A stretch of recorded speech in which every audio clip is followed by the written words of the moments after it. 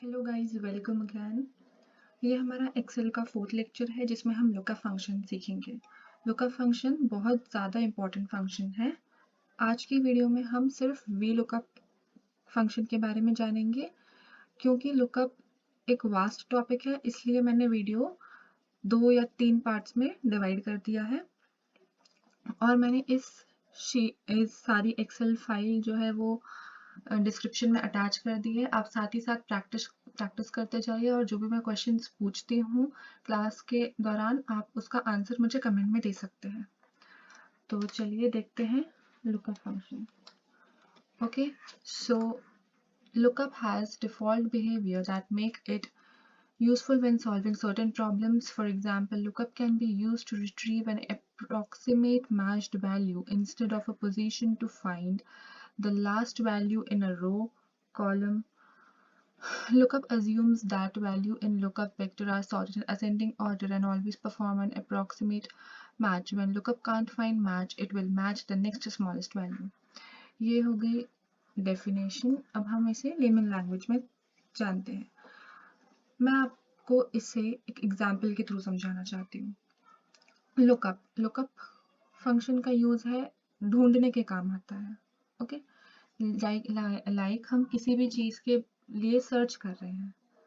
Like हमें एक हमारे पास डेटा है जिसमें हमें राधा शर्मा को ढूंढना है।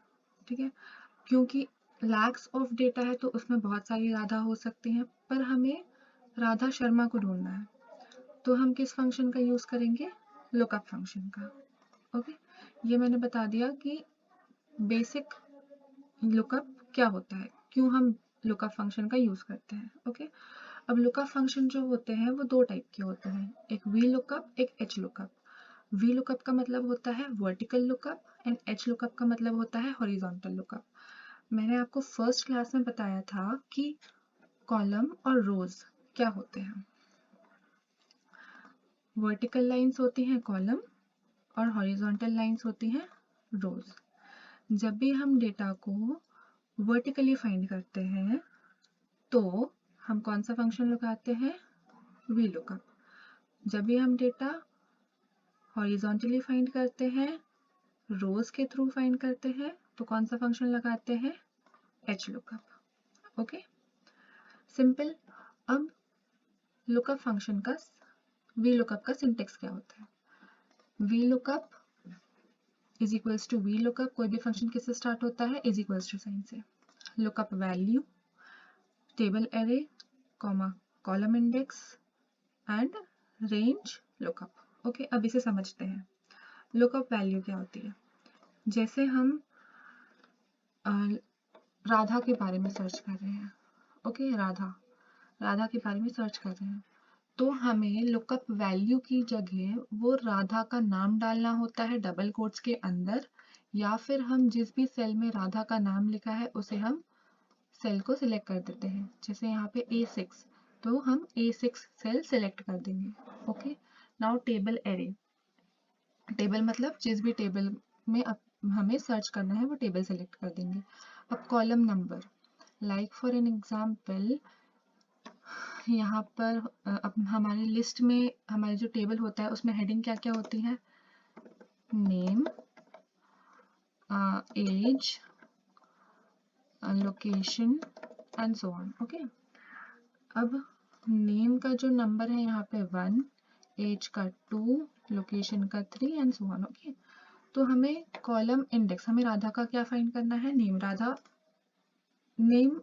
राधा का जो नेम है वो फाइंड करना है। तो राधा किस कॉलम में है? फर्स्ट कॉलम में। तो कॉलम इंडेक्स की जगह क्या हो जाएगा? 1। वैसे ही हमें राधा का अगर लोकेशन फाइंड करना होता तो क्या आ जाता? 3। ओके, एज फाइंड करना होता तो क्या आ जाता? कॉलम इंडेक्स की जगह 2। अब रेंज लुकअप मतलब अप्रोक्सीमेट या एग्जैक्ट, मीन्स ट्रू या फॉल्स वैल्यू हमें फाइंड करनी है। तो ठीक है, वैसे ही सेम होता है एच लुकअप। बस एच लुकअप की जगह क्या चेंज हो जाता है? कॉलम इंडेक्स की जगह रो इंडेक्स। रो इंडेक्स में कैसा हो जाएगा? नंबर्स कैसे चेंज हो जाएंगे? Name, age and location and so on. ठीक है, स्पेलिंग गलत हो गई, location and so on. Okay, अब ये नेम हो जाएगा 1, ये हो जाएगा 2 एंड ये हो जाएगा 3। अब यहाँ पे हमें अगर राधा का फाइंड करना है तो क्या लिखेंगे हम 1।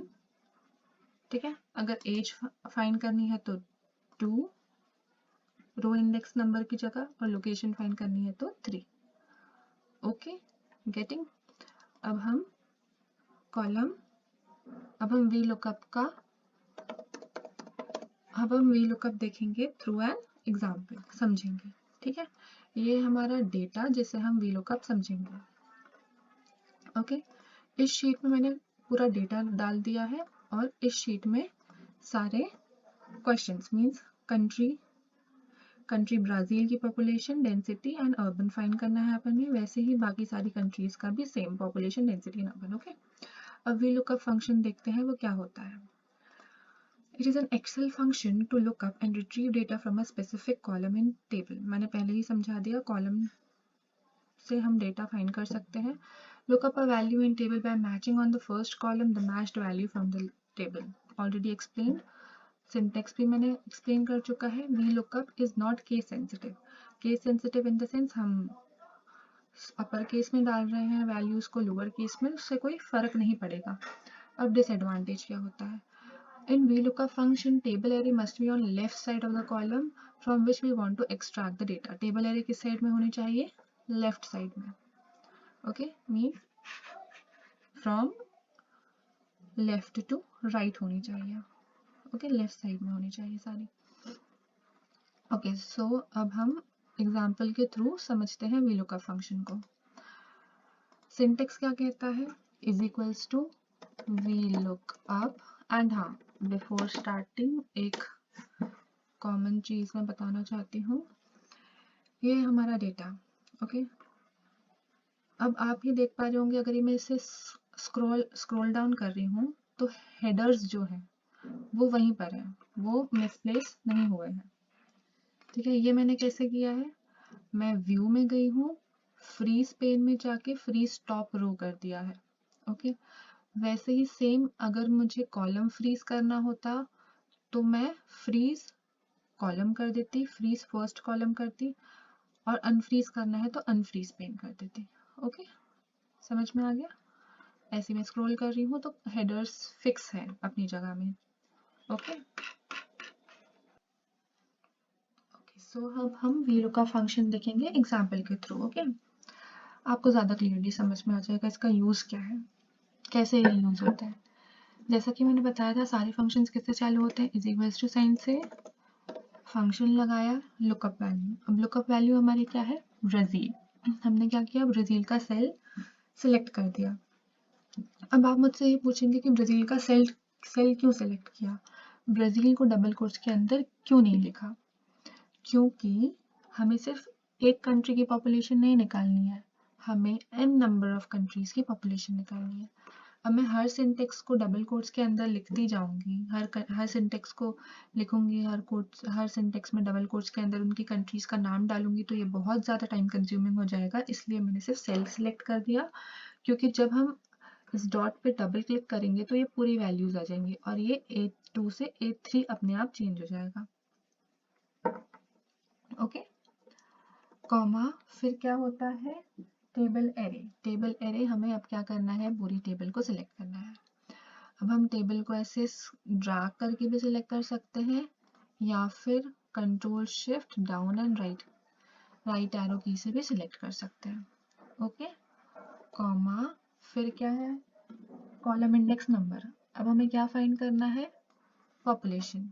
तो पॉपुलेशन कौन से कॉलम नंबर पे है? 1 2 3 4 5 6। ये कैसे होते हैं हमारे कॉलम नंबर। अब पॉपुलेशन कौन से कॉलम में है? 1 2, तो अब हम क्या लगाएंगे? 2, क्योंकि हमें ट्रू वैल्यू चाहिए तो 0। Okay, bracket close and enter. आ गया आंसर, पॉपुलेशन ऑफ ब्राजील आ गई। अब क्योंकि हमें सारी चीज़ों का फाइंड करना है, अब हम क्या करेंगे? डबल क्लिक करेंगे, ये आ गया सारी कंट्रीज की पॉपुलेशन। अब यहाँ पर क्या आ रहा है? एक एरर आ रहा है। क्यों? अब देखते हैं अर्जेंटीना की पॉपुलेशन डेटा में है कि नहीं है। अर्जेंटीना की पॉपुलेशन दी हुई है, पर ये पॉपुलेशन इस डेटा में क्यों नहीं आई? क्योंकि हमने डेटा को फ्रीज नहीं किया था।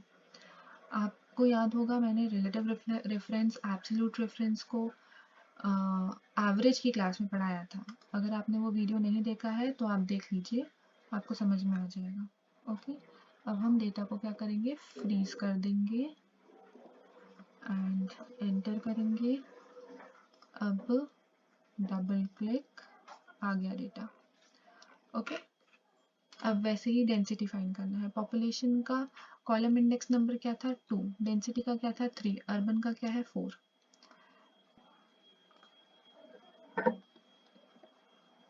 2 की जगह क्या कर देंगे हम, 3। ओके, ये आ गया 18। सबका निकालना है तो डबल क्लिक करके निकाल दिया। अब अर्बन का आप मुझे सिंटेक्स को आप कमेंट्स में पेस्ट करेंगे।